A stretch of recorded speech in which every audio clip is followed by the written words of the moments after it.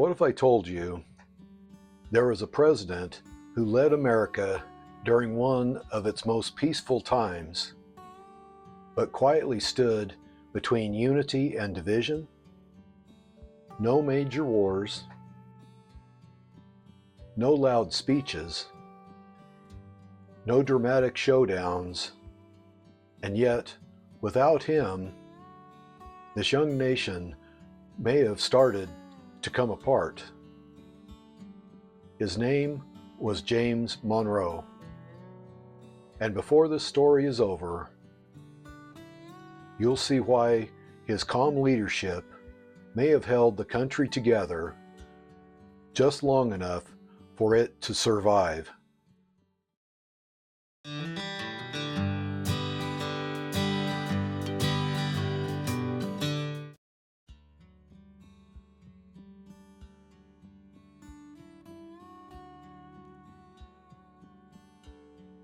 Welcome to Patriot Hippie, where we explore the people, ideas, and moments that shaped the American story.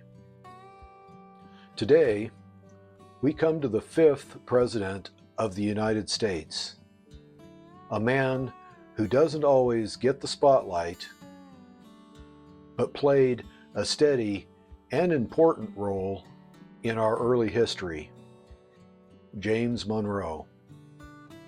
He followed giants, Thomas Jefferson and James Madison, and like them, he believed deeply in liberty, independence, and the promise of this new nation. But Monroe's greatest contribution wasn't in creating the country, it was in helping hold it together.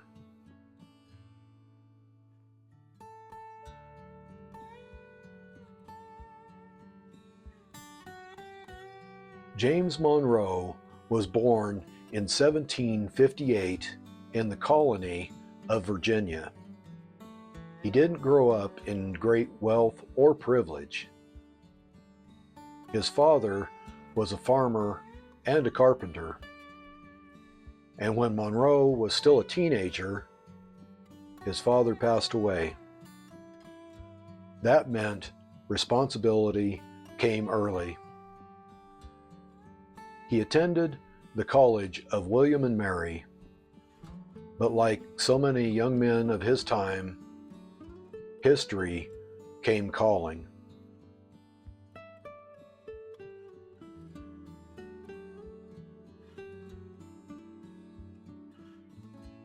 At just 18 years old, Monroe left college and joined the fight for independence.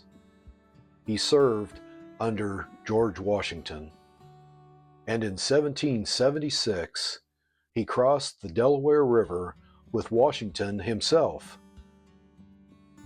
At the Battle of Trenton, Monroe was badly wounded. A musket ball struck his shoulder, and for a time it looked like he might not survive. But he did. And that experience left its mark on him the rest of his life. He wasn't just a politician. He was a man who had bled for the cause of liberty.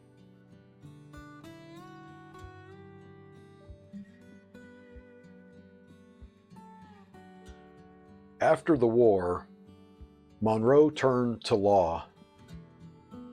He studied under Thomas Jefferson. Jefferson became a mentor and a lifelong influence. Monroe quickly entered public life.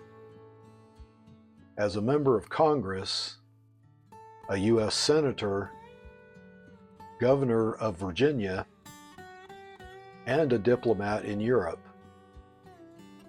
He helped negotiate important agreements and worked to strengthen the young nation on the world stage.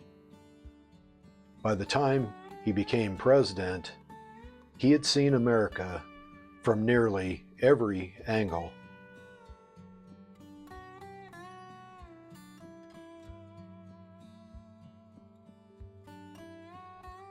James Monroe became president in 1817, and for a time, the country felt united.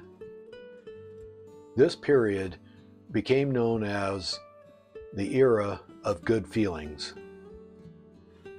Political divisions had quieted, the nation was still growing, and there was a sense that maybe things were finally settling down. But underneath that calm surface, serious challenges were beginning to grow.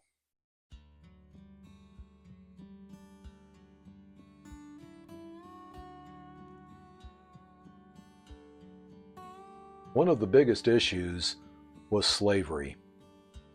As new states entered the Union, the balance between free and slave states became more fragile.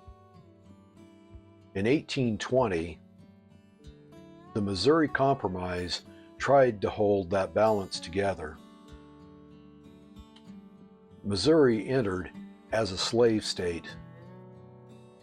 Maine entered as a free state.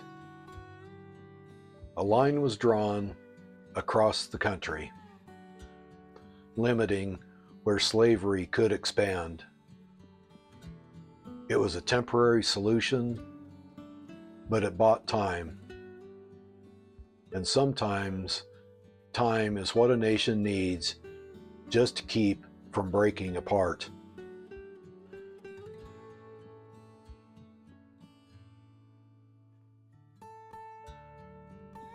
In 1823, Monroe made what would become his most lasting mark, the Monroe Doctrine. It sent a clear message to Europe. The Western Hemisphere was no longer open for colonization, and in return, America would stay out of European conflicts. For a young nation, this was a bold statement. It said, "We may be new, but we are not weak." And for generations to come, this idea would shape American foreign policy.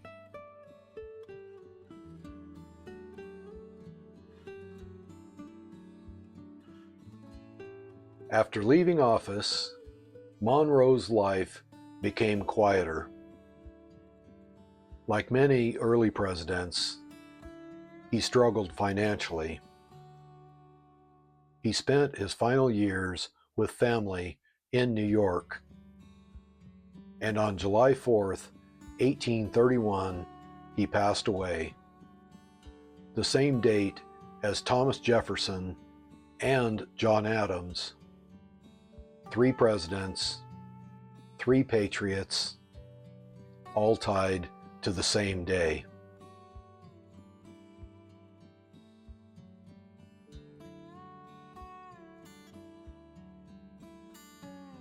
James Monroe may not be the most talked about president. He didn't seek attention. He didn't lead with drama, but he did something just as important. He held things together at a time when the country could have easily come apart. He carried the nation through a fragile moment and helped preserve the experiment just a little while longer. And that brings us back to where we started. A quiet leader, a steady hand, a president who stood between unity and division.